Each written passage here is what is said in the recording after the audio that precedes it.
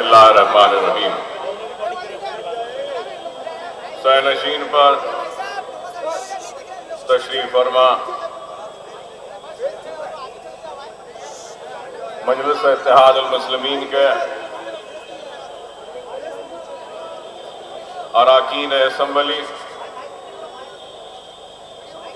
रुकन काउंसिल, मुंबई शहर के जिम्मेदारान मजलिस इत्तेहादुल मुस्लिमीन, कायदीन, सुनने वाले बुजुर्गों, नौजवान साथियों और मेरी इज्जत माब पर्दा नशीन माँ और बहनों, अल्हम्दुलिल्लाह अल्लाह का फजल करम, नबी करीम सल्लल्लाहु अलैहि वसल्लम का सदका, औलिया अल्लाह की दुआएं, आप सब की दुआओं का नतीजा कि आज आपके दरमियान में मैं खड़ा हूं और आपसे मुखातिब हूं। मजलिस इत्तेहादुल मुस्लिमीन हालात हाज़रा के उन्वान से जलसों को मुनक्किद करती है और इन जलसों के जरिए अवाम के दरमियान में आती है और हालात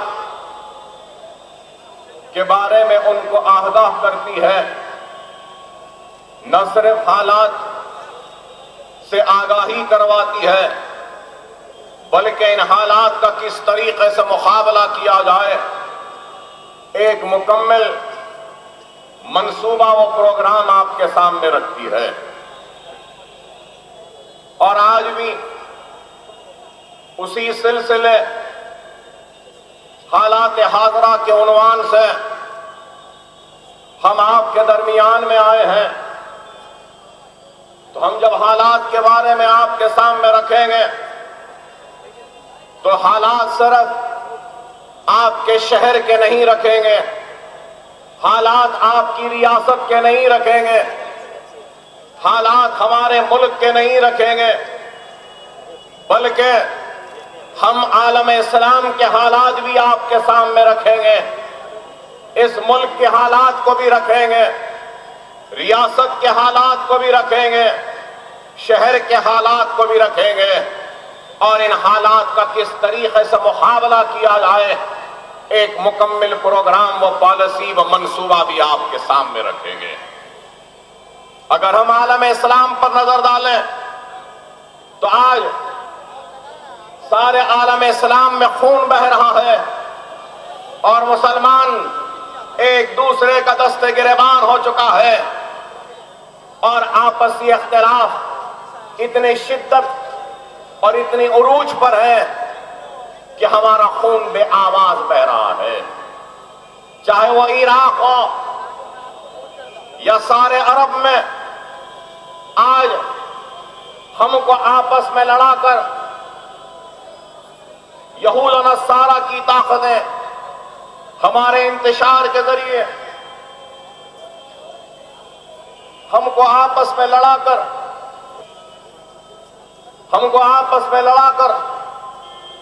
हमारा खून बहाकर हमको कमजोर करने की साजिश कर रही है। और ये साजिश कोई नई नहीं है, ये साजिश बहुत पुरानी है। अगर हम तारीख इस्लाम के आराख को उठाकर देखेंगे तो मुसलमानों का सबसे बड़ा अगर कोई नुकसान हुआ है तो वो आपसी इख्तिलाफ से हुआ है और मुसलमानों को सबसे ज्यादा अगर नुकसान पहुंचा है तो गैरों से कम अपने आपसी इख्तिलाफ से पहुंचा है। और आज यही सूरत हाल है। आप देखते हैं अगर वो मिस्र हो तो एक अफरा तफरी का माहौल है, लीबिया हो तो वही माहौल है, तुनीसिया हो तो यही माहौल है, सीरिया है तो यही माहौल है, इराक है तो यही माहौल है। इनका मंसूबा मकसद यही है कि मुसलमानों को आपस में लड़ाया जाए और उनको कमजोर कर दिया जाए। न सिर्फ ये बैनुल अक़वामी साजिश है, बल्कि आज यही साजिश हिंदुस्तान में भी की जा रही है और गैरों का मकसद यही है कि हमको लड़ाएं, हमको बांटें आपस में और हमको कमजोर कर कर अपने इख्तियार को हासिल करें।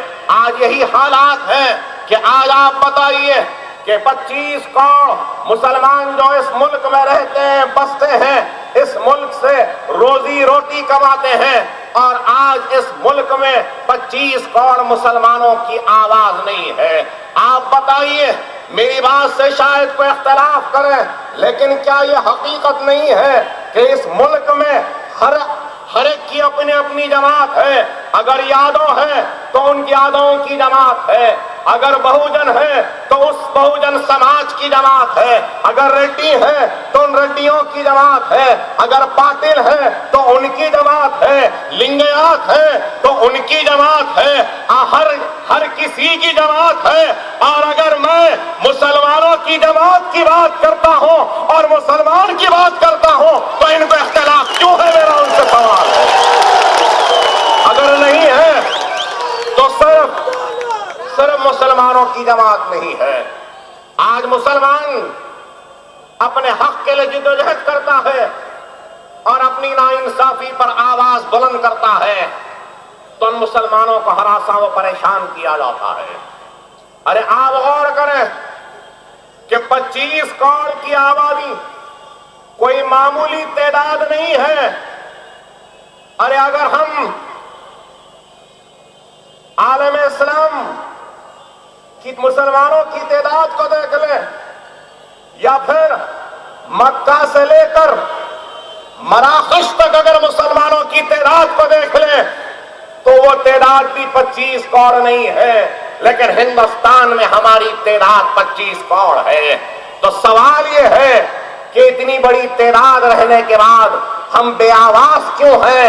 हमारा खून बेआवाज क्यों बहता है? हमारे बच्चे जेलों में सड़ते क्यों हैं?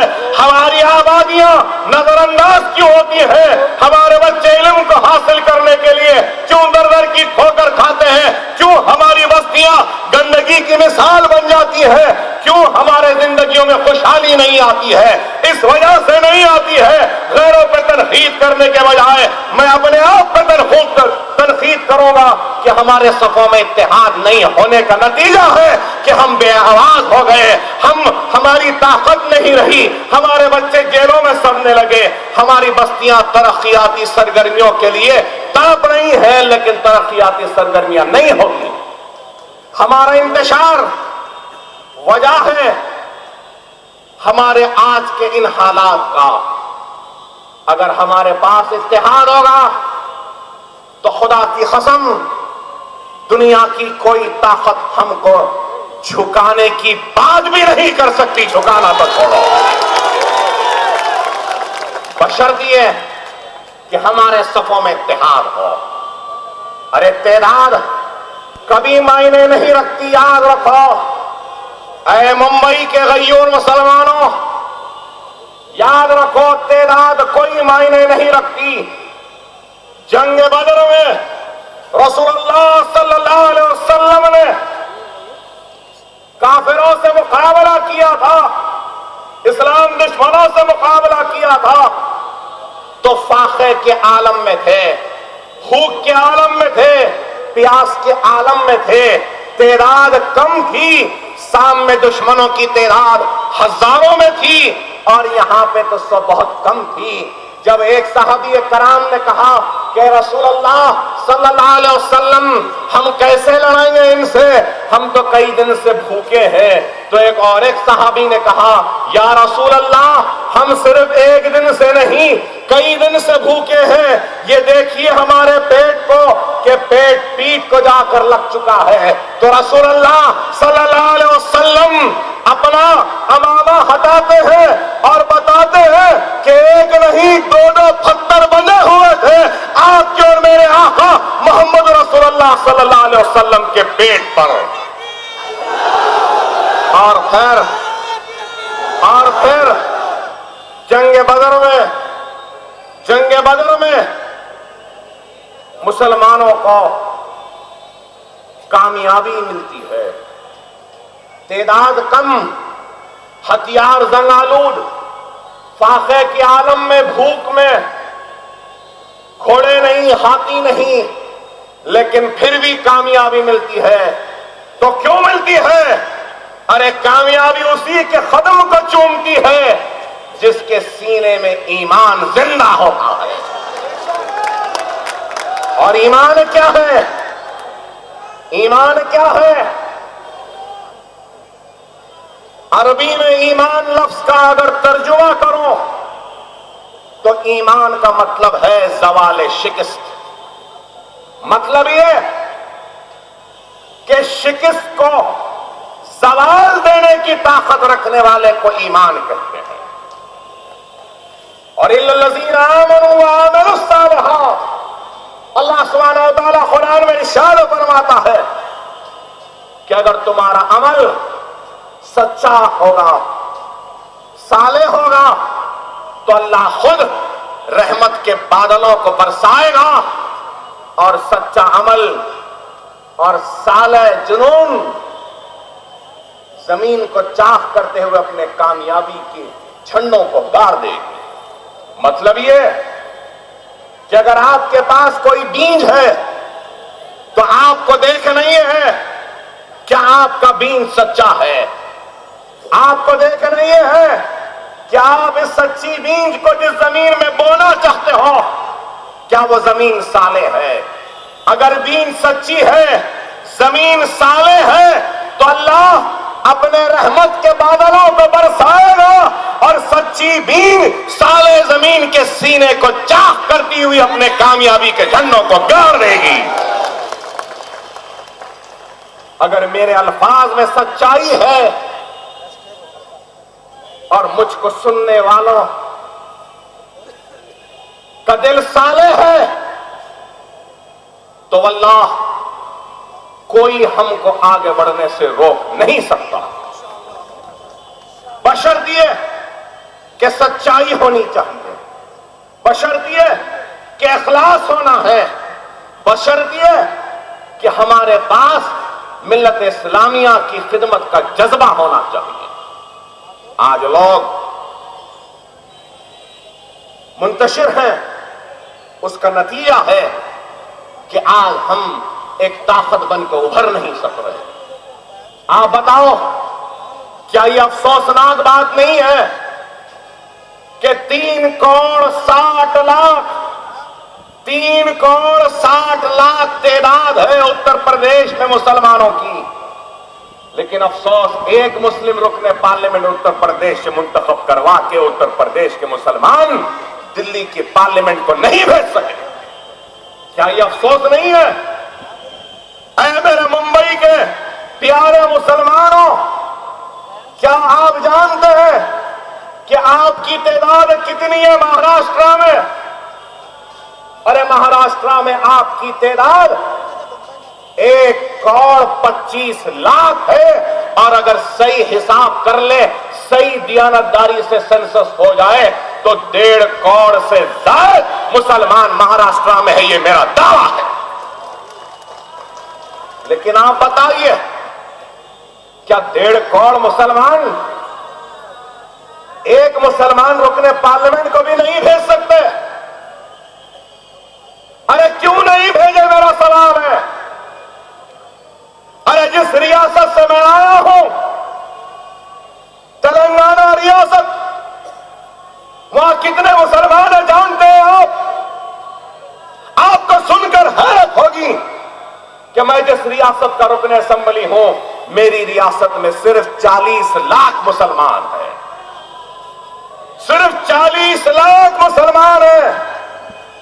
40 लाख मुसलमानों ने एक मर्द मुजाहिद को ऐवान पार्लियामेंट में भेजा। वह ऐवान पार्लियामेंट में जो बैठे हैं, जब भी मुंह खोलते हैं हमारे खिलाफ, तो उन मुंह खोलने वालों का मुंह तोड़ जवाब देने के लिए तेलंगाना से हम मुसलमानों ने बैरिस्टर सदुद्दीन ओवैसी को भेजा। आप बताओ, अगर कोई ये पूछे कि एक क्या कर लेगा, 2 चार क्या कर लेंगे? तो दुनिया ने देखा कि एक ही खड़ा हो गया था पार्लियामेंट में, तो पार्लियामेंट में हर एक की आवाजें बंद होनी शुरू हो गई थी। अरे एक रहे तो क्या? अगर जो सवाल करते हैं एक से क्या होगा, ऐ ना समझो ऐ नादानो, अल्लाह भी एक है। हम वो हैं जिनका अल्लाह एक है, हम वो हैं जिनके रसूल अल्लाह एक है, हम वो हैं जिनकी कुरान भी एक है। तो इसलिए कहता हूं कि तेरार मायने नहीं रखती। खुदारा वक्त की नजाकत को समझो, हालात को समझो। आज ये मुल्क कहां जा रहा है? तेजी से फिरका परस्ती की तरफ बढ़ रहा है। आज न्यूज चैनल 100 दिन की कारकर्दगी, 100 डेज परफॉर्मेंस रिपोर्ट, कारकर्दगी मौजूदा हुकूमत की मुबाहिसा वो डिबेट करते हैं।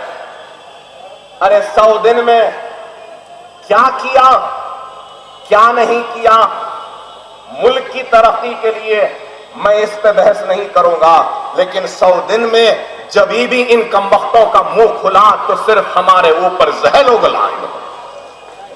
उससे हटके क्या किया? कभी लव जिहाद की बात की, कभी कहा कि सारे हिंदुस्तानियां हिंदू हैं, कभी कहा कि हिंदू राष्ट्र, कभी ये कभी वो। अरे हर वक्त जब भी मुंह खोला तो सिर्फ और सिर्फ मुसलमानों के खिलाफ जहर को उगला। और क्या किया? लेकिन आप बताइए, गौर करिए, गौर करें मेरे इस बात पर। अरे वो भारतीय जनता पार्टी जो आज से 15-20 बरस पहले कुछ भी नहीं थी, जिसके 2 अरकान पार्लियामेंट थे, आज 280 से ज्यादा पार्लियामेंट के नुमाइंदों को मुंतखब करवाकर हिंदुस्तान पर हुकूमत कर रही है। तो मेरा सवाल है, इन्होंने इस मुल्क को क्या दिया? क्या मुल्क की तरक्की में कुछ काम किया? क्या मुल्क की बेरोजगारी को दूर करने के लिए कोई इक़दाम किए? क्या मुल्क के परेशान हाल बाशिंदों की परेशानी को दूर करने के लिए कुछ किया? मुल्क की इकोनॉमी को बढ़ाने के लिए कुछ किया? मुल्क को सलामत रखने के लिए कुछ किया? अरे कुछ नहीं किया। बीजेपी का वजूद जिस दिन से आया है, तो उस दिन से उनका नज़्मुल ऐन अगर कुछ है तो हिंदुस्तान को हिंदू राष्ट्र में तब्दील करना और हर छोटे मोटे मसले पर मुसलमानों पर तनकीद करना और मुसलमानों को बुरा कहना, भला कहना, और वक्त आया तो उनके खून से होलियों को खेलना, यही काम किया बीजेपी ने। इसके अलावा क्या किया? क्या किया?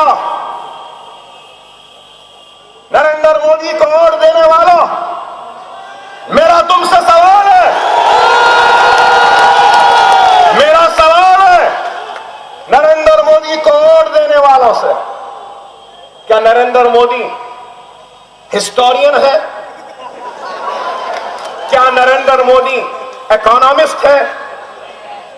क्या नरेंद्र मोदी सोशियोलॉजिस्ट है? क्या नरेंद्र मोदी एंथ्रोपोलॉजिस्ट है? क्या नरेंद्र मोदी बड़ा बिजनेसमैन है? नरेंद्र मोदी को महात्मा गांधी का नाम बराबर बोलना नहीं आया, तारीख हिंदुस्तान नहीं मालूम। क्या सलाहियत है? यही काबिलियत है, यही सलाहियत है कि इस शख्स ने गुजरात में बेकसूर हिंदुस्तानी मुसलमानों की इज्जतों को लुटाया, इस्मतों को लुटाया, बस्तियों को जलाया, बच्चों को जेलों में डाला और मुसलमानों के खून से होली की। उसके अलावा इस शख्स के पास क्या है, मैं पूछना चाहता हूं। कुछ नहीं है, कुछ नहीं है। और आज आप गौर करो, अगर आज इस शख्स के पास कुछ नहीं है तो मुस्तकबिल में भी कुछ नहीं था। बीजेपी जानी गई, पहचानी गई तो किस वजह से? हिंदुत्व के एजेंडे की वजह से। बीजेपी आगे बढ़ी तो किस वजह से? बाबरी मस्जिद की शहादत की वजह से।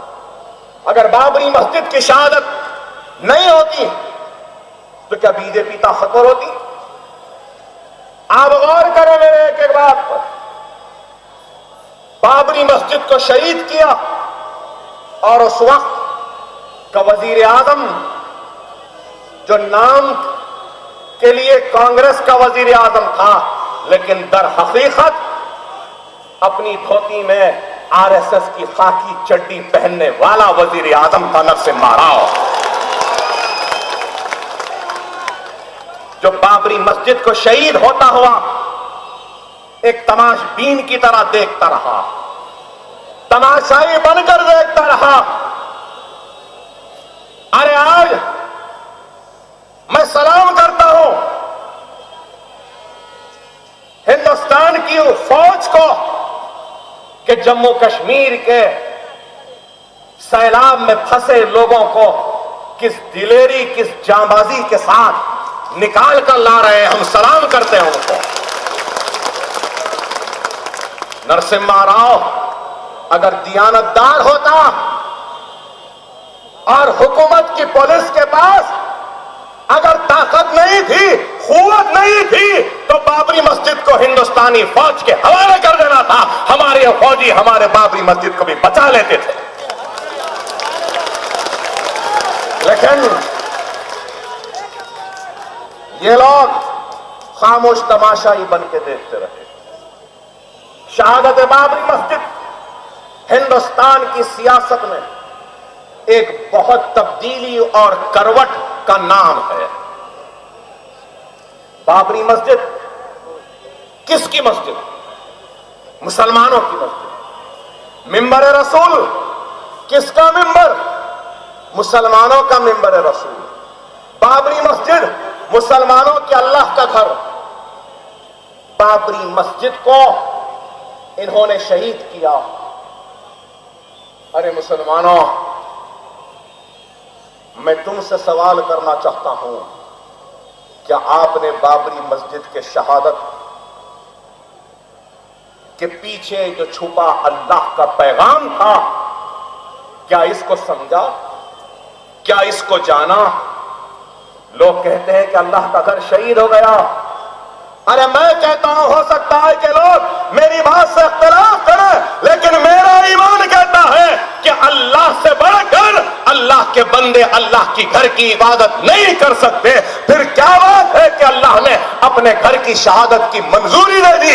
इसलिए दी कि अल्लाह सुब्हानहू तआला हिंदुस्तान के 25 करोड़ सोने वाले मुसलमानों को उनके नींद से बेदार करना चाहता था कि देखो मुसलमानों, मेरे घर की शहादत को और तुम बेदार हो जाओ। इख्तिलाफ में, इंतशार में रहने वाले मुसलमानों को अपने मिंबर रसूल के शहादत के जरिए इत्तेहाद का पैगाम दे रहा था, बता रहा था कि देखो आज ये एक घर है, ये आज एक घर है। अगर 25 करोड़ मुसलमान उठेगा नहीं, मुत्तहिद नहीं होगा, इख्तिलाफ को खत्म नहीं होगा, एक मरकज पे जमा नहीं होगा, तो एक के बजाय 1000 से जायद मेरे घर इन दुश्मनों के निशानी पर है। क्या आपने बाबरी मस्जिद के शहादत पर सिर्फ एहतजाज किया एहतजाज मुसलमानों ने? काली झंडियां ली, बंद मनाया, एहतजाज किया, सब कुछ किया। जितना एहतजाज करेंगे कम है, ज्यादा से ज्यादा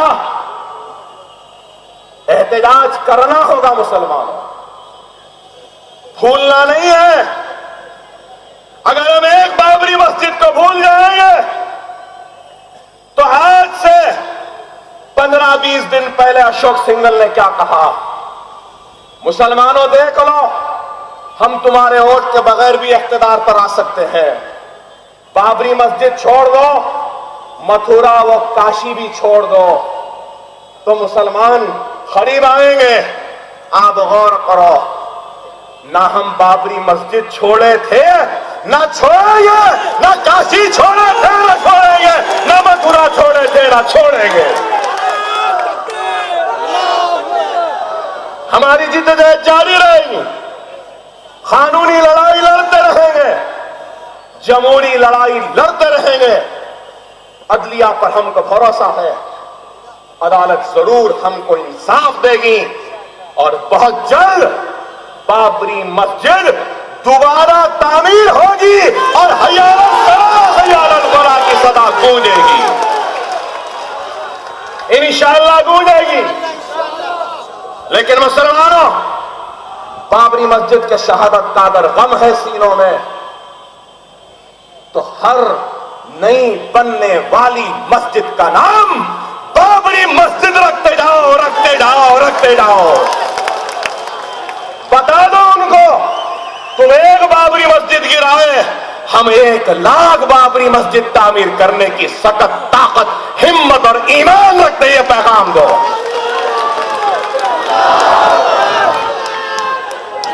अगर ये बाबरी मस्जिद का अगर गम है, तो नौजवानों, यहां बैठे नौजवानों से कहूंगा, अगर बाबरी मस्जिद का गम है तो वीरान मसाजिदों को आबाद करो, वीरान सीनों में नमाजों की रोशनी से उनमें नए उजाले लाओ और जमात के साथ जाकर मसाजिद में बाजमात नमाज अदा करो। अगर मस्जिद में मुसल्ली होंगे और मस्जिद अगर वीरान नहीं होगी, तो खुदा की कसम किसी की मां नहीं जनी जो हमारे मसाजिदों के ऊपर बुरी नजर उठा कर दे।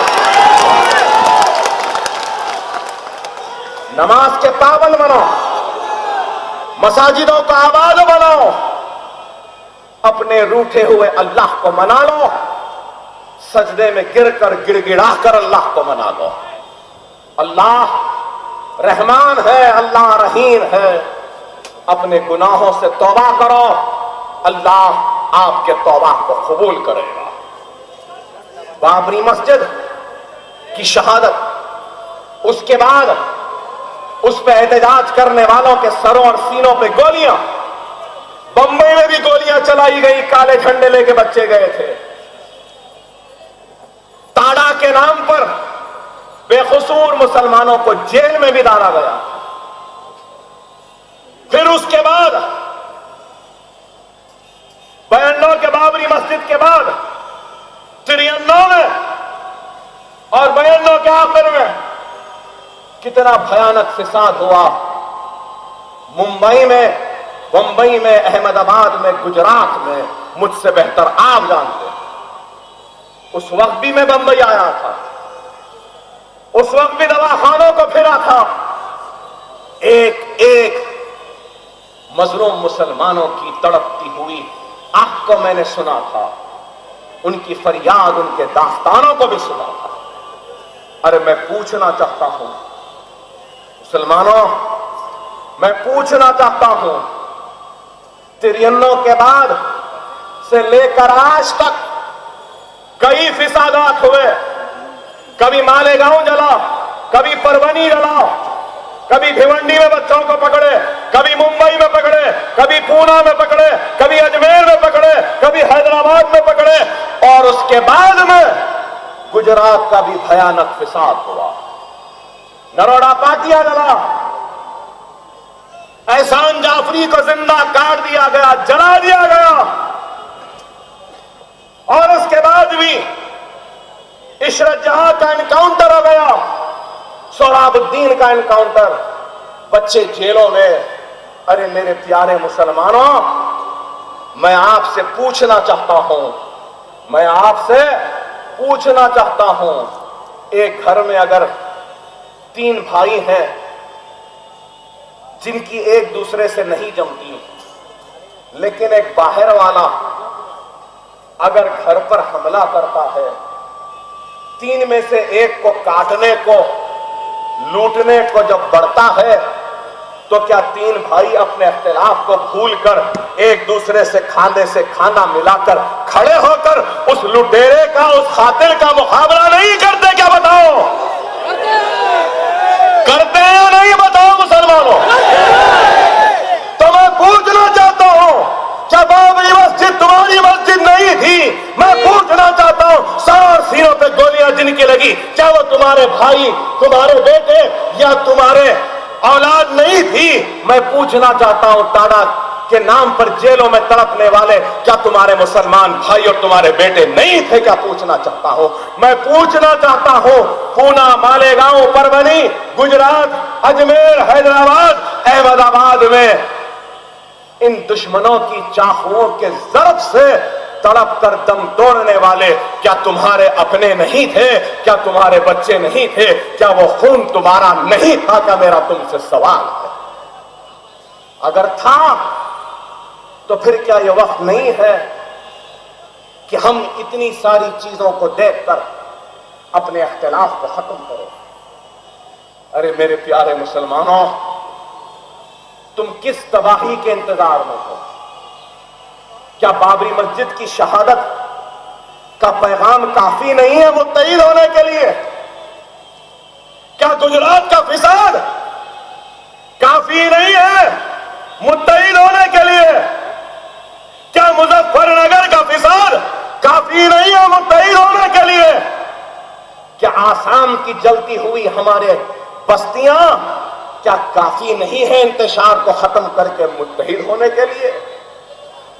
अरे मैं पूछना चाहता हूं, अगर तुम मुंतजर हो तो किस तबाही के दस्तक देने के इंतजार में हो? आखिर कब उठोगे? मुजफ्फरनगर में कैसा हुआ? अरे मेरी एक बहन दौड़ती हुई सरपंच के पास गई, ये सोच करके सरपंच बचाएंगे।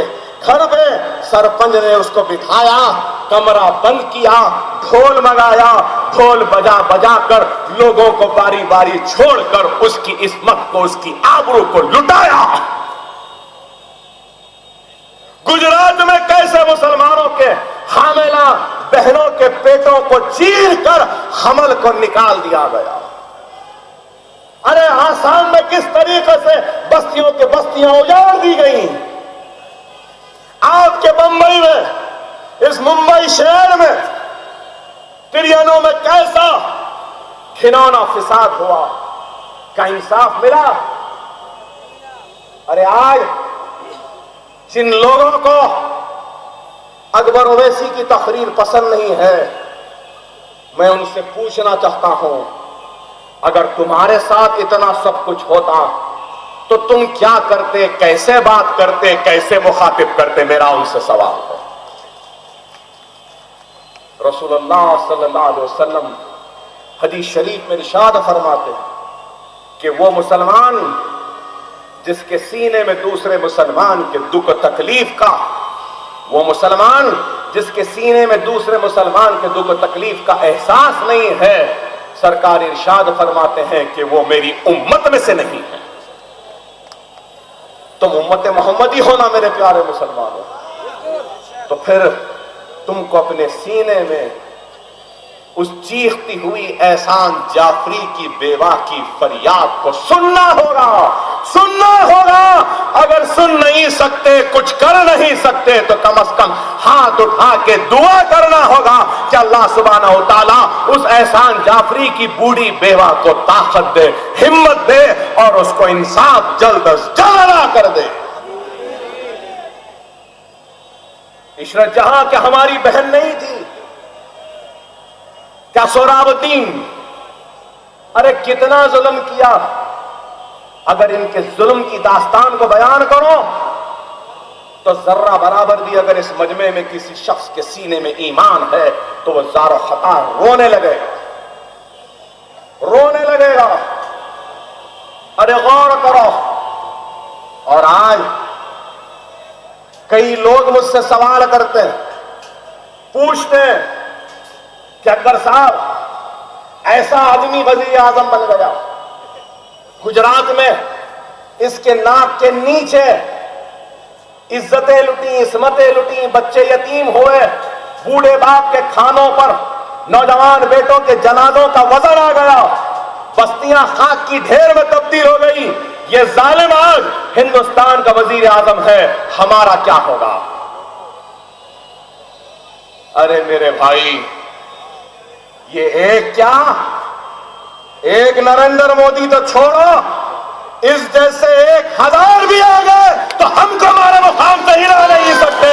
हम कट सकते हैं, लेकिन खुदा की कसम भागने वालों का नाम मुसलमान नहीं है। कुछ नहीं होगा, किसी को डरने या घबराने की जरूरत नहीं है। मैं तो कहूंगा कि मुझसे ज्यादा जियाले बेबाक मर्द मुजाहिद अगर कहीं के लोग हैं तो अल्हम्दुलिल्लाह वो गुजरात और मुंबई के मुसलमान हैं। हमने देखा है आपको डरना और मुसलमान साथ नहीं चल सकते। हालात का मुकाबला करना, याद रखो, जो हालात से डरता है तो दुनिया उसको डराती है, लेकिन जो हालात से मुकाबला करता है तो दुनिया उससे डरती है। आप खुद गौर करो, अरे मेरी जिंदगी खुद एक पैगाम है। 24 बरस का था तो 25 बरस के एमएलए के खिलाफ इलेक्शन लड़ा। लोग बोले ये बच्चा क्या करेगा, लेकिन मुझे अल्लाह की जात पर कामिल यकीन था और नीयत थी तो दियानतदारी ईमानदारी से मुसलमानों की खिदमत की। उनके खिदमत करने का जज्बा था तो अल्लाह ने कामयाबी दी। बता दिया दुनिया को कि 24 साल का बच्चा होगा, लेकिन मैं इससे राजी हूं। अल्लाह ने अपनी रजा के जरिए मुझ गुनहगार को मुंतखब किया आपके काम के लिए, और आज 4 मरतबा इलेक्शन जीत चुका हूं, 4 मरतबा। और कभी ख्वाब में नहीं सोचा था कि हिंदुस्तान के मुसलमान इतना मुझे चाहेंगे, इतना मुझे चाहेंगे, और मुंबई में इस तरीके से आपसे मुखातिब होगा, कभी सोचा भी नहीं। और ये अल्लाह की मर्जी है, अल्लाह जिसको चाहे इज्जत से नवाजता। अरे आज मैं खड़ा हूं, मेरे जिस्म में एक गोली है, 3 गोलियां मारी गई थी मुझे। आपको सुन के हैरत होगी कि बड़े से, इतने बड़े कत्ते से कम से कम 70 मरतबा मेरे पेट में मारा गया, 40 मरतबा इस हाथ पे मारा गया, अंतड़ियां फट गई, गुर्दे को गोली लगी, पेशाब की थैली फट गई, हाथ पूरा जख्मी हो गया, लेकिन फिर भी आज खड़ा हूं, आपसे मुखातिब हूं, तो अल्लाह बता रहा है कि मैं जिससे राजी हूं। तो बस अगर आज हर वक्त यही सोचता था कि अल्लाह वो क्या काम है जो तू मुझसे लेना चाहता है, तो शायद आज आपके दरमियान में खड़े होकर आपके सफों में इत्तेहाद को पैदा करने के अपने खिताब से अल्लाह मुझे नवाजने के लिए शायद मुझे हयात दी। आपसे मुलाकात करना था, इसलिए अल्लाह ने हयात दी। नहीं मालूम अल्लाह का क्या पैगाम, लेकिन गौर करो मेरे प्यारे मुसलमानों, गौर करो आज ये मुल्क कहां जा रहा है। क्या आपने, हमने हिंदुस्तान की हर सेक्युलर पार्टी को आजमाया? क्या नहीं आजमाया बताइए? कांग्रेस को आजमाया, जनता दल को आजमाया, जनता पार्टी को आजमाया, फिर कांग्रेस को आजमाया, कांग्रेस के बाद फिर जनता दल को आजमाया, लोक दल को आजमाया, समाजवादी पार्टी को आजमाया, बहुजन समाज को आजमाया, सबको आजमाया। क्या इस हिंदुस्तान की आजादी की तारीख में क्या हमारा हाल कुछ तब्दील हुआ, कुछ बेहतरी आई? अगर लोग पूछेंगे कि मजलिस यहां क्यों आई है, मजलिस यहां क्या करेगी, तो मैं आपको बताना चाहूं, महाराष्ट्र में मुसलमानों की आबादी करीब 1.5 करोड़ तक है, 1 करोड़ 20 लाख तो है, लेकिन जो परसेंटेज ऑफ इंक्रीज है अगर उसको देख ले तो 1.5 करोड़ है। और आपका बजट क्या है? अक़लियतों का बजट क्या है? क्या आपको मालूम? 300 चिल्लर था, बाद में बढ़ा है 500 हुआ। 300 चिल्लर में से 280 ही खर्च हुए। 1.5 करोड़ के लिए, 1.5 करोड़ मुसलमानों के लिए 500 करोड़ का बजट। मंजलिस जिस रियासत से आई है वहां पे हमारी आबादी 40 लाख है, लेकिन मुसलमानों का बजट कितना है आपको मालूम? 1000 करोड़ रुपया है। और आप पूछेंगे कि आप आए तो क्या करेंगे?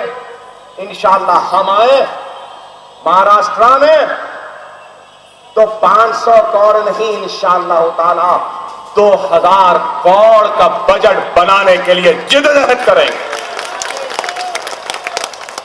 अरे आप सोचो मेरे भाई, जो अपने बाप को बाप नहीं बोलता है, वक्त पड़ने पे हमको बाप बोलता है, तो क्यों बोलता है? कुछ तो हमारे में होगा ना कमाल। अरे हमारे पास जो कमाल है ना वो किसी के पास नहीं है। बड़े बड़ों को हमने झुकाया है। अरे हैदराबाद में जहां हमारा दफ्तर दारुस्सलाम है, उस दारुस्सलाम पे कभी इंदिरा गांधी ने भी आकर मुसलमानों को सलाम किया था और अलीगढ़ मुस्लिम यूनिवर्सिटी के मसले पर मुसलमानों से माफी मांगी थी। ये ताकत है। आप बताइए, आज 10 साल में क्या आपको मालूम जुडिशियल कस्टडी में महाराष्ट्र में कितने बच्चे मरे? क्या आपको मालूम?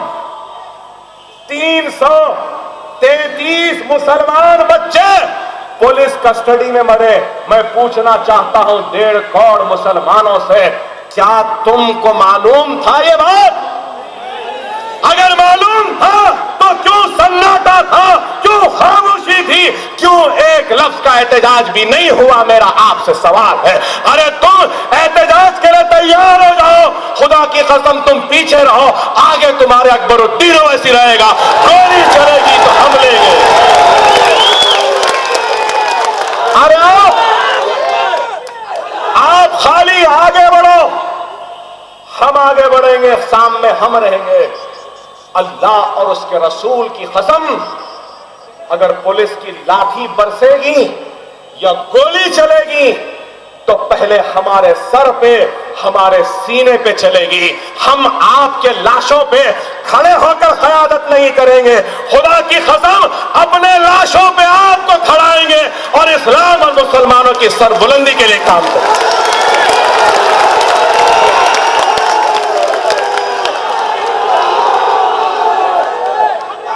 आपसे मैं यही कहूंगा,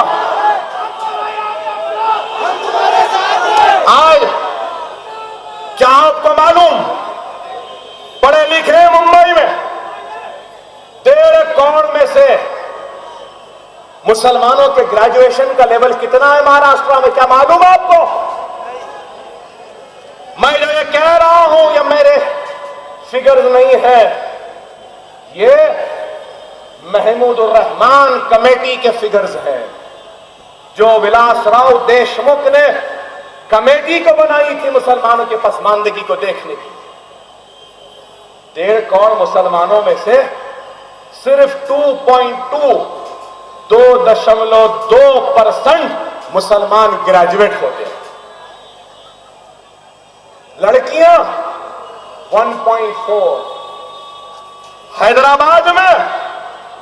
हैदराबाद में कितने बच्चे ग्रेजुएशन हर साल 20% से अबाव है।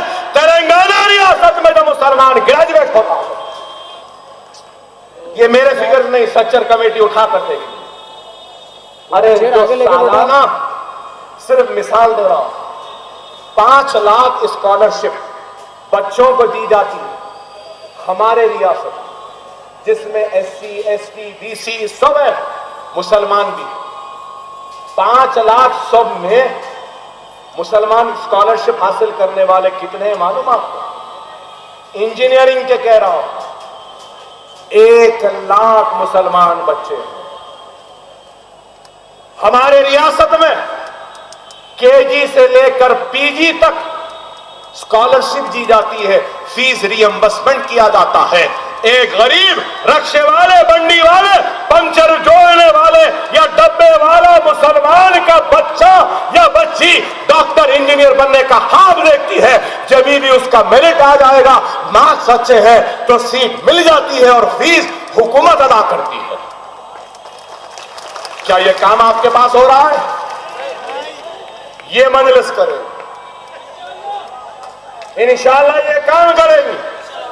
मैं पूछना चाहता हूं पढ़े लिखे महाराष्ट्र के मुसलमानों से, महमूदुर रहमान की कमेटी में कागज है, इसमें यहां पे लिखा है कि सारे महाराष्ट्र में IAS कितने हैं, तो वो लिखते हैं रिपोर्ट में नील, सिफर है, सिफर। क्या महाराष्ट्र एक IAS को नहीं बना सकता? बना सकते हैं, बशर्त ये कि हमारे रहनुमाओं में वो तड़प हो, हमारे सियासी कायदीन में वो जिद्दजहद हो, हमारे सियासी जमात के रहबरों में वो ताकत हो, वो कुव्वत हो, वो बेबाकी हो, तो हुकूमत को झुका सकते हैं, मुसलमानों को IAS और IPS बना सकते हैं। लेकिन नहीं है। सरकारी मुलाजमत में महाराष्ट्र में मुसलमानों का तनासब कितना है? क्या आपको मालूम? 4.4%। 4.4 क्या है बताओ? आबादी कितनी है? आबादी 12% तक चले गई, नौकरियां 4% तक है। और आंध्र प्रदेश और फिर तेलंगाना में पुलिस में 10% मुसलमान हैं। इंशाअल्लाह आइंदा 5 बरस में 15% बनाना हमारा ख्वाब है, इरादा है। हम 15 से 20% मुसलमानों को पुलिस में भर्ती कराएंगे। आपके पास क्या है? 3% मुसलमान। जरा अपना भाई रहा तो जरा थोड़ा आहिस्ता से फिराता ना भाई, जरा कहीं तो भी ईमान बीच में आ जाता है, आता ना। अब आप भी अगर आए हैं मुझे सुनने, तो क्यों आए? इस वजह से आए हैं कि ला मोहम्मद रसूलुल्लाह कलमा पढ़ने वाला एक गुनहगार मुसलमान ला इलाहा इल्लल्लाह मोहम्मद रसूलुल्लाह कलमा पढ़ने वाले मुसलमानों के दरमियान में आया है। वही कलमे का रिश्ता है जो मुझे इस बेबाकी से मुखातिब करने की हिम्मत दे रहा है। तो आपको इतने सब्र के साथ सुनने का इस्तेखलाल। मजलिस अगर आ जाए यहां पर, वो अंबानी को जो घर बनाने के लिए दे दिए थे ना, मजलिस अगर आ जाए और आपका साथ हो, आपकी दुआ हो, तो अंबानी के उसके घर से खाली कराकर उसका कब्जा लेकर वह वोट के हवाले करेंगे। ये मजलिस कर सकते। आज जोगेश्वरी में इस्माइल जमीन, शायद सही कह रहा हूं मैं, हाँ, इस्माइल यूसुफ कॉलेज जो 7 एकड़ से जायद पर था, सुकड़ते सुकड़ते कम होते होते 40 से 20 पर आ गया। अब तक वादा करे थे देंगे, क्या दिए? नहीं दिए। अरे याद रखो, बेवा की तरह अगर चूड़ियां फोड़ कर कहेंगे मेरा सुहा गुजर गया तो कोई सुनने वाला नहीं होगा।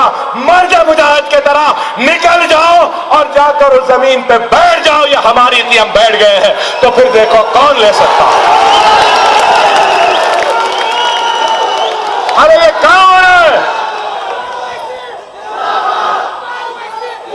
मजलिस क्या करेगी आने के बाद? अरे कुछ करो या ना करो, मजलिस के वैसा बोलने वाला तो हिंदुस्तान में नहीं है मेरे भाई। 60 बरस से तुम बोलते रहे, 60 बरस तुम बोलते रहे, हम सुनते रहे। एक मर्तबा थोड़ा क्या बोले, वावेला मच गया। इब्तिदाई इश्क है, संघ परिवार, बीजेपी, आरएसएस, शिवसेना,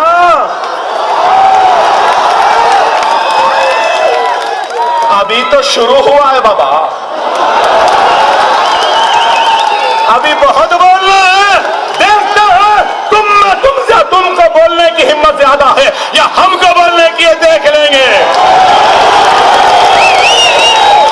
हमें छेड़ो नहीं। योगी आदित्यनाथ, प्रवीण गगाड़िया, हमको छेड़ो नहीं। याद रखो, हम किसी को छेड़ते नहीं हैं। जब कोई हमको छेड़ता है तो हम उसको छोड़ते भी नहीं हैं। एक कहता है मोदी की मुखालफत करने वाले पाकिस्तान चले गए। अरे क्यों जाए पाकिस्तान? हिंदुस्तान मेरा है, मेरा था, मेरा रहेगा। इस मुल्क को मैंने ताजमहल की खूबसूरती दी है, इस मुल्क को मैंने कुतुब मीनार की बुलंदी दी है, मैंने इस मुल्क को लाल किले की वह मजबूत फसील दी है जिस पर हिंदुस्तान का वजीर आजम हमारे तिरंगे को फख्र के साथ लहराता है। अरे तुमने क्या दिया? क्या दिया? कुछ नहीं दिया। गुजरात दिया, मुजफ्फरनगर दिया, मुंबई दिया, और क्या दिए? और अगर कोई हमको कमजोर समझता है तो वह अहमकों की दुनिया में, नादानों की दुनिया में रहना छोड़ दे। हम कमजोर नहीं हैं। मैं यहां आया तो मुझे बोले बंबई जाएंगे तो मार देंगे।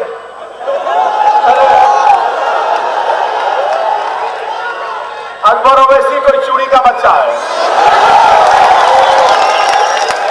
पकड़ लिए, गर्दन दबा लिए, डाल दिए, मार दिए।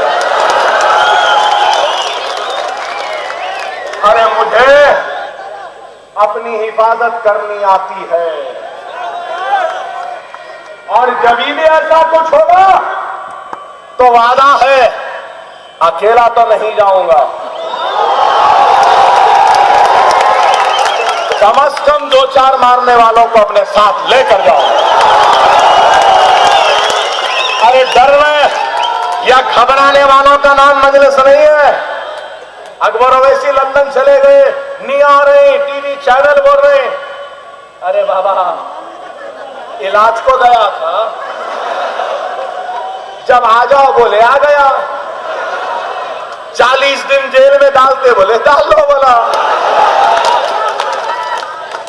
अरे मेरे कई मुसलमान भाई जेलों में 10-10 बरस से सड़ रहे हैं, तो 40 दिन तो बहुत छोटी बात है। और हम उन जेलों में सड़ने वाले मुसलमानों को जेलों से रिहा करने के लिए आपके दरमियान में आए हैं, आपके ताउन के दरखास्त कर रहे हैं, आपके दुआओं के तलबगार हैं। हम अपनी जात के लिए नहीं आए, हम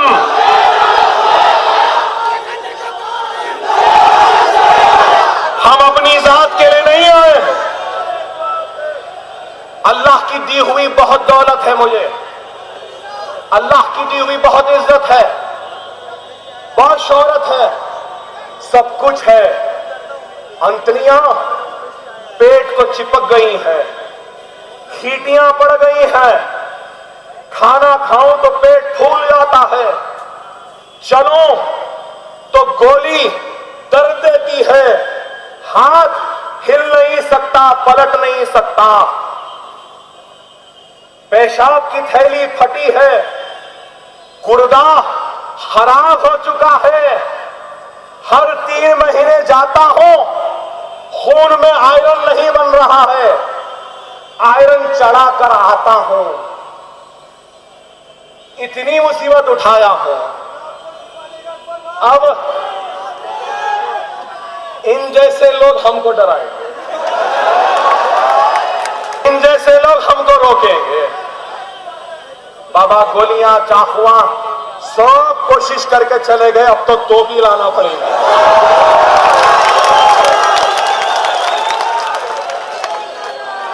लेकिन मेरे भाई याद रखो, याद रखो, अकबरुद्दीन ओवैसी और मजलिस अगर महाराष्ट्र में आई है तो मौजूदा मुस्लिम क़यादत को कमजोर करने को नहीं आई है। मजलिस यहां आई है तो अपने मौजूदगी के जरिए शिवसेना या बीजेपी को कामयाब करने नहीं आई है। मजलिस यहां आई है तो आपकी इज्जत के लिए, आपके वक़ार के लिए, आपके हक के लिए, आपको इंसाफ दिलाने के लिए। हम जीतने के लिए नहीं आए हैं इलेक्शन, हम मुसलमानों के दिलों को जीतने आए हैं। जो इलेक्शन जीतता है वो 5 बरस बाद गायब हो जाता है। हम इलेक्शन से ज्यादा मुसलमानों के दिलों को फतेह कर कर फातेह महाराष्ट्र बनना चाहते हैं। हम आपसे कुछ नहीं चाहते, हम आपसे दौलत नहीं चाहते, हम आपसे इज्जत नहीं चाहते, हम आपसे शोहरत नहीं चाहते, हम आपके कारोबार में से कोई पैसा नहीं चाहते, हम कुछ नहीं चाहते। अरे हैदराबाद से ये जख्मी, ये दर्द में डूबा हुआ, अंतड़ियां जिसके चिपकी हुई है, गुर्दा खराब है, हैदराबाद से मुसलमानों का ये भिखारी झोली फैलाए मुंबई के मुसलमानों के सामने इत्तेहाद की, खैरात की भीख मांगता है। ऐ मुसलमानों, ऐ मुसलमानों, इस भिखारी के दामन में तुम अपने इत्तेहाद की खैरात डाल दो। ऐ मुसलमानों, तुम इस भिखारी के दामन में तुम्हारे इत्तेहाद की खैरात डाल दो। इस झोली, इस फकीर, इस गरीब के झोली में तुम अपना ईमान का दौलत डाल दो, यही मुझे काफी है। तुम अपना ईमान इस झोली में डाल दो, अपना इत्तेहाद डाल दो, तुम्हारे लिए लड़ूंगा, लड़ते लड़ते जामे शहादत भी नौश फरमा लूंगा। हमको कुछ नहीं चाहिए। इंतखाब लड़े या ना लड़े, ये आप फैसला करिए। मैं आज पूछना चाहता हूं आपसे, यहां जहां मैं खड़ा हूं, ये हल्के से कांग्रेस के एमएलए हैं, फिर उसके बाद शिवाजी नगर है, फिर उसके बाद भिवंडी ईस्ट है, भिवंडी वेस्ट है, मुमरा है, बांद्रा है, बांद्रा ईस्ट है, बांद्रा वेस्ट है, ये सब अलग हैं। क्या मजलिस इंतखाब लड़े या न लड़े, आप लोग फैसला करें।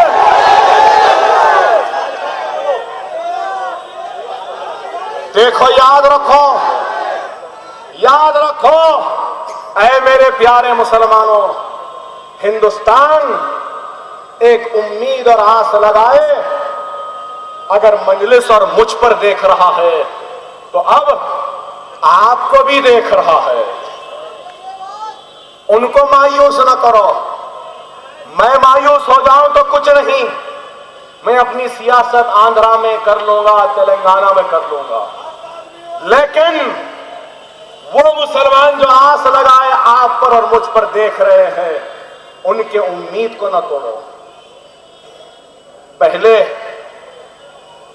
मैं यहां खड़े रहकर मुसलमानों से अपील करूंगा कि सबसे पहले कल इंटरनेट में जाकर देखें क्या आपका नाम वोटर लिस्ट में है या नहीं है।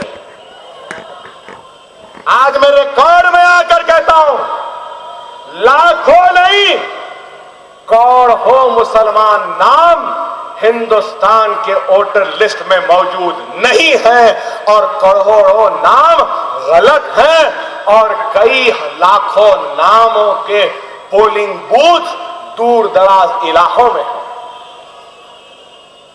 इलेक्शन कमीशन से मेरा मुतालबा, जमहूरियत में हर शहरी को हक है कि वो अपने हक राय दही का इस्तेफादा करे।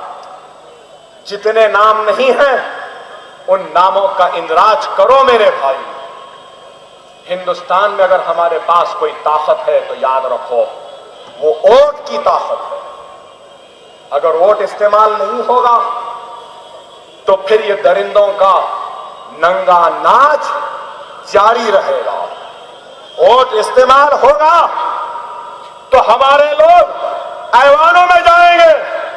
अरे आप बताओ, अगर मैं और तकरीर करूं तो नारे तकबीर अल्लाह अकबर की आवाजें गूंजेगी, और करूं तो लोग चीखेंगे, चिल्लाएंगे, रोएंगे, और करूं तो मेरे हलक से खून निकलेगा, आप नारे मारते हुए निकल जाएंगे।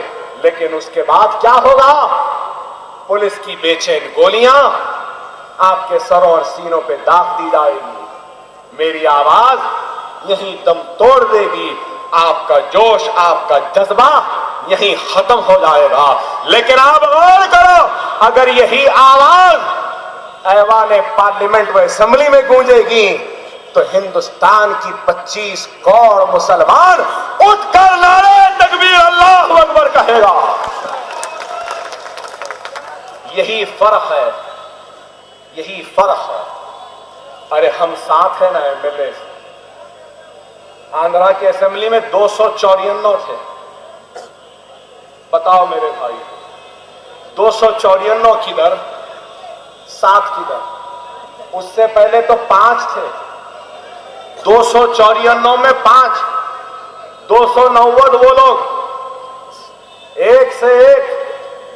लेकिन एक से एक भी अकबर भाई क्यों बोलता है? हम उठ के खड़े हो गए तो किसी माई के लाल की जुर्रत तो हिम्मत नहीं है कि आवाज दे। 200 करोड़ बजट था, ठीक दे रहे हैं, 1000 दो ये अच्छा अकबर भाई दे देते। मुसलमान बच्चों को जेल में डाले मक्का मस्जिद के धमाकों में, उठकर मैं तकरीर करा, मुसलमानों के साथ नाइंसाफी की, बहुत बड़ी तकरीर। सीएम चीफ मिनिस्टर वक्त का उठता है, कहता है अकबर साहब मैं माफी चाहता हूं। मैंने कहा माफी से क्या होगा? तो बोले माफी मांग लिया और क्या? मैंने कहा माफी मांगो, कैरेक्टर सर्टिफिकेट दो, कंडक्ट सर्टिफिकेट दो, पुलिस वालों के खिलाफ इंक्वायरी करो, और वो मुसलमान जो जेलों में थे उनको 10-10 लाख 20-20 लाख रुपए दे के दुकान कारोबार काम पे लगाओ। हुआ? अच्छा, सरकार जो हुक्म बोला किया। आप गौर करो, बाप को बाप नहीं बोलने वाले हमारा एहतराम कर रहे हैं। क्यों?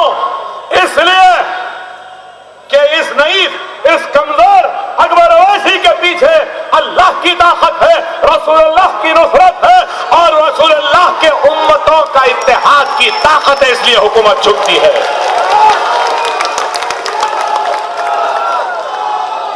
आज आंध्रा तेलंगाना का चीफ मिनिस्टर झुकता है।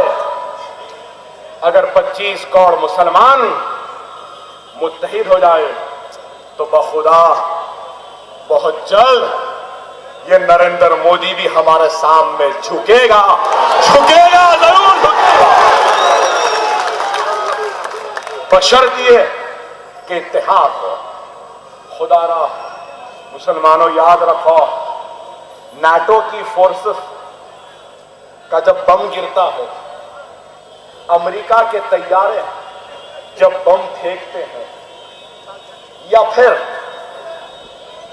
ये संघ परिवार आरएसएस वाले या मुस्लिम दुश्मन, ये सारे लोग जब किसी मुसलमान पर चाकू चलाते हैं या उनके बस्तियों को जलाते हैं, उनकी मां और बहनों की इस्मतों को लूटते हैं, तो वो ये नहीं देखते कि ये अहले हदीसी का मुसलमान है या तबलीगी का मुसलमान है या अहले सुन्नत का मुसलमान है या ये कच मैमन है या ये बोहरा है या ये शिया है। यही देखते हैं कि ये मुसलमान है और वो हमको तबाह करते हैं। खुदा आप भी अपने मसलकी मकतबी अकायद के इख्तिलाफात को दूर कर दो, दूर कर दो, दूर कर दो, खत्म कर दो, खत्म कर दो, खत्म कर दो।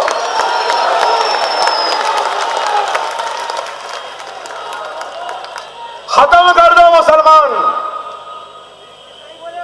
मेमन भाई भी मेरा भाई है, बोहरा भाई भी मेरा भाई है, शिया भी मेरा भाई है, सुन्नी भी मेरा भाई है, अहले हदीसी भी मेरा भाई है, तबलीगी भी मेरा भाई है, देवबंदी भी मेरा भाई है, बरेलवी भी मेरा भाई है। हर कोई भाई है और वो भाई इस वजह से है क्योंकि उसका और मेरा कलमा आपका कलमा है, ला इलाहा इल्लल्लाह मुहम्मदुर रसूलुल्लाह।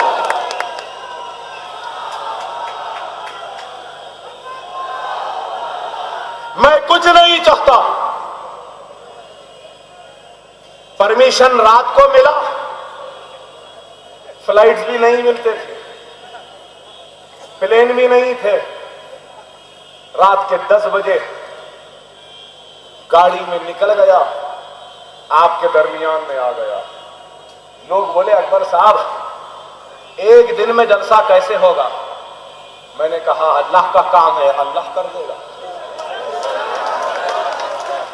ना ये आपका काम है ना मेरा काम, ये अल्लाह का काम। और अल्लाह के हबीब वो महबूब मोहम्मद मुस्तफ़ा सल्लल्लाहु अलैहि वसल्लम के गुलामों के गुलामों के गुलामों के गुलामों के इज्तिमा है तो सरकार ही कर लेंगे इस काम को। अरे ये है, ये जोश है, जज्बा है। और अगर कोई मुझे डरा रहा है, धमका रहा है, उससे कहना चाहूंगा ऐ नासमझ तू शायद जानता नहीं, तू शायद जानता नहीं। अकबरुद्दीन ओवैसी घर से निकलता है तो शहादत की दुआ करके निकलता है, शहादत की तड़प में निकलता है, शहादत के जज्बे में निकलता है। और आपको मालूम नौजवानों, शहीद का क्या मर्तबा है? क्या आपको मालूम शहीद का क्या मर्तबा? अगर किसी को पता चल जाए कि 2-4 दिन में ये मरने वाला है, तो वो शख्स क्या करेगा? दोस्त को बुलाएगा, भाई को बुलाएगा, बहन को बुलाएगा, बच्चों को बुलाएगा, सबको बुलाएगा। मेरे मरने के बाद मेरे बच्चों को देखो, मेरे मरने के बाद मेरे कारोबार को देखो, वादा करो तुम देखेंगे। इतनी तड़प रहती है या नहीं? लेकिन अल्लाह की राह में जब एक बंदा शहीद होता है तो उसको गुस्ल की जरूरत नहीं है, उसको गुस्ल की जरूरत नहीं है, वो डायरेक्ट जन्नत में जाता। जन्नत में भी कौन सी? जन्नतों की जन्नत, जन्नतों की जन्नत, सबसे अफजल जन्नत, नंबर 1 जन्नत में जाता। और जब उस नंबर 1 जन्नत में जाता है, सुनो नौजवानों, सुनो नौजवानों, सुनो मेरे दुश्मनों, जब शहीद जन्नतों की जन्नत में जाता है तो अल्लाह पूछता है ऐ मेरे प्यारे नबी और महबूब मोहम्मद मुस्तफा सल्लल्लाहु अलैहि वसल्लम की प्यारी उम्मत, तुझे मेरी जन्नत कैसी लगी? अल्लाह पूछेगा उस शहीद से, बता तुझे मेरी जन्नत कैसी लगी? तो वो अल्लाह की राह में शहीद होने वाला कहेगा, आय अल्लाह तू मुझे फिर से दुनिया में भेज ताकि मैं फिर से तेरी राह में शहीद हो सकूं, क्योंकि तेरे राह में शहीद होने में जो मजा है वो तेरी जन्नत में भी नहीं है। नारे तकबीर, नारे तकबीर, नारे तकबीर। ये जज्बा है जिससे दुनिया डरती है, ये जज्बा है जिससे दुनिया डरती है, और यही जज्बा है जिसको अकबरुद्दीन ओवैसी 25 करोड़ मुसलमानों के सीनों में पैदा करने का हाथ तड़प लेकर निकला है।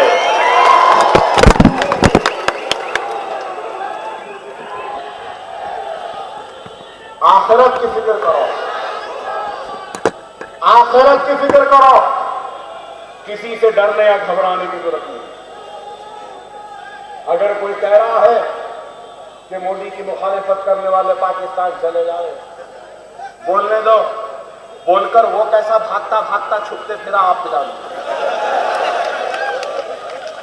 फिर एक कह रहा है मुसलमानों को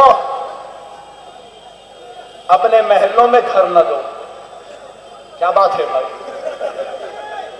मेरे महल्ले में अगर कोई हिंदू आना चाहता है मुसलमान के तो आए, मैं उसको घर दिलाऊंगा, मैं उसको हिफाजत करूंगा, मैं उसको वहां रहने की इजाजत दूंगा। मगर तोगाड़िया,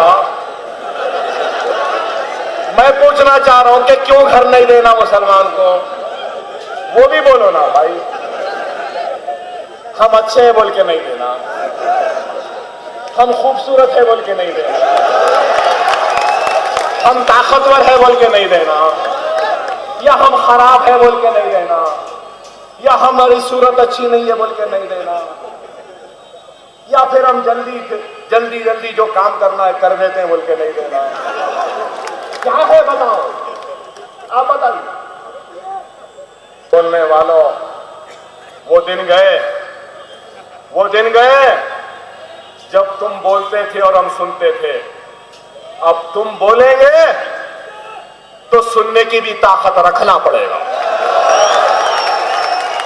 सुनने की ताकत रखना पड़ेगा। क्यों कार्रवाई नहीं होती? लफ्ज जिहाद, अरे जिहाद मुकद्दस चीज है, हमारा ईमान का हिस्सा। लफ्ज से उसका क्या ताल्लुक? नहीं मालूम? अगर ये योगी आदित्यनाथ मुगलों के दौर में होता तो शायद मान सिंह को मार दिया होता या मान सिंह को खत्म कर दिया होता था। कैसा तूने जोधा को अकबर की बीवी बनाया, मुगलों का बहू बनाया, बताइए। अरे तारीख है हिंदुस्तान की, मोहब्बत करने वाले मोहब्बत कर लेते हैं। अरे जिहाद का क्या ताल्लुक उससे? नहीं बोलो, नहीं ऐसा करो। अरे बताओ आप कहां हैं? ये मुल्क कहां जा रहा है? किधर जा रहा है? एक तरफ योगी आदित्यनाथ है, एक तरफ बड़े गुम्मत पे मोदी है, एक और एक गुम्मत पे वो अडवाणी है, वो अशोक सिंघल है, तो गाड़िया है। तो किसी शायर ने क्या खूब कहा है, किसी शायर ने क्या खूब कहा है कि हर शाख पे उल्लू बैठा है, अंजाम गुलिस्तां क्या होगा? अब वैसी होगा, हर शाख पे उल्लू बैठा है, अंजाम गुलिस्तां क्या होगा? अरे हिंदुस्तान की इकोनॉमी को अच्छा करो, रुपये की गिरती हुई कदर को बढ़ाओ, हिंदुस्तान की बेरोजगारी को दूर करो, बेघरों को घर दो, परेशान हाल लोगों की परेशानी दूर करो।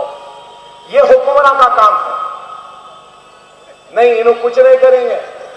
बोलेंगे तो एक वक्त बोले तो वो कुत्ते का रिमार्क किया कि कुत्ते का बच्चा भी आ जाए तो उसके बाद क्या हिंदुस्तान का वजीर आजम ने मुसलमानों को रमजान की मुबारकबादी दी? क्या ईद की मुबारकबादी दी?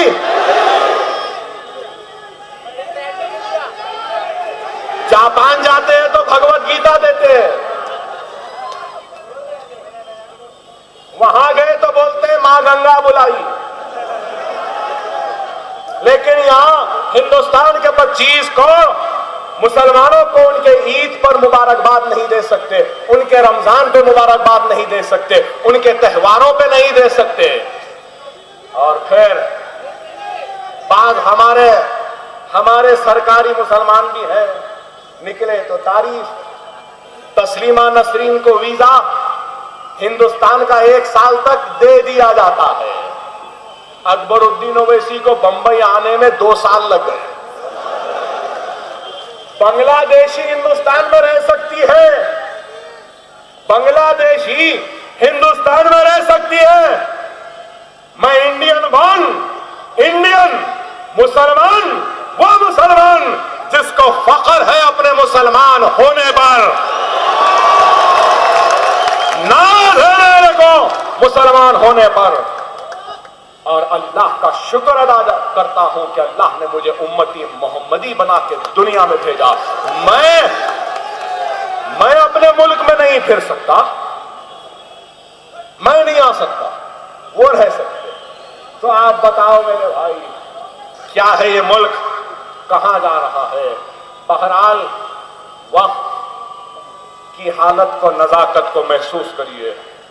अगर आप मजलिस इत्तेहादुल मुस्लिमीन को चाहते हैं मुंबई में पढ़े लिखे, अच्छे, काबिल, नेक, दर्दमंद, जियाले, मुजाहिद, जो मौत से नहीं डर सकता, वो आए। अकबरुद्दीन ओवैसी अपनी कुर्सी पर उसको बिठाएगा और उसके पैरों के पास खुद बैठ जाएगा। ये मेरा वादा है। अगर फिर कहेंगे नहीं, ये आदमी को कई को लाए मजलिस वाले, ये अच्छा नहीं है, ये खराब है। भाई मैं क्या जानता हूं अच्छा है या खराब है? अच्छे लोग दूर से बोलते हैं, उन्हें अच्छा है, उन्हें अच्छे हैं, हम बहुत अच्छे हैं। जब मैं कहता हूं हमारे अच्छे भाई साहब आप आ जाइए, तो बोलते नहीं साहब मैं नहीं आऊंगा, मैं कांग्रेस में टिकट के लिए दरखास्त दिया हूं, मैं एनसीपी में दिया हूं, वहां से नहीं मिला तो आता हूं। लोग बोलेंगे फिर, माफ करना एक मुहावरे के तौर पे बोल रहा हूं, गलत मतलब न ले, लोग बोलेंगे कि वही पुरानी बोतल नई शराब। इसलिए कह रहा हूं अच्छे लोग आओ, जमात से जुड़ो, जमात का काम करो। आप जिसको चाहेंगे हम उसको उम्मीदवार बनाएंगे, बशर्तिए कि ऐसा होना एमएलए जो अपना गाल ना दे, बल्कि अगर कोई हाथ उठाए तो उसकी गर्दन नोच ले, वैसा आदमी चाहिए। वो दिन गए, एक गाल पे मारे तो दूसरा गाल नहीं। भाई मजलिस ये गाल वाल देने की सियासत पे नहीं यकीन रखती। मर्द मुजाहिद को भिजाओ, ऐसे को भिजाओ जो इख्तिदार के दीवारों को दहला दे, हिला दे और हुकूमत के सामने झुकने पर मजबूर कर दे। ऐसे लोग आए, पढ़े लिखे लोग आए, काबिल लोग आए, मसलकी मकतबी इख्तिलाफ को खत्म करने वाले आए। ये आपकी जमात। अगर आप चाहते हैं कि मजलिस ठहरे इलेक्शन में, तो जोरदार आवाज में नारे तकबीर का जवाब अल्लाहु अकबर से आप दें। अगर आप चाहते हैं जितनी बड़ी आवाज आएगी उस दूर वहां से भी आएगी, तो जब ही मैं समझूंगा कि हां हमको ठहरना है, नहीं तो हम नहीं ठहरेंगे। हम जहां हैं वहां पर खुश हैं। क्या हम ठहरे? खैर है तो जवाब दे मेरा, नारे तकबीर, नारे तकबीर, नारे तकबीर।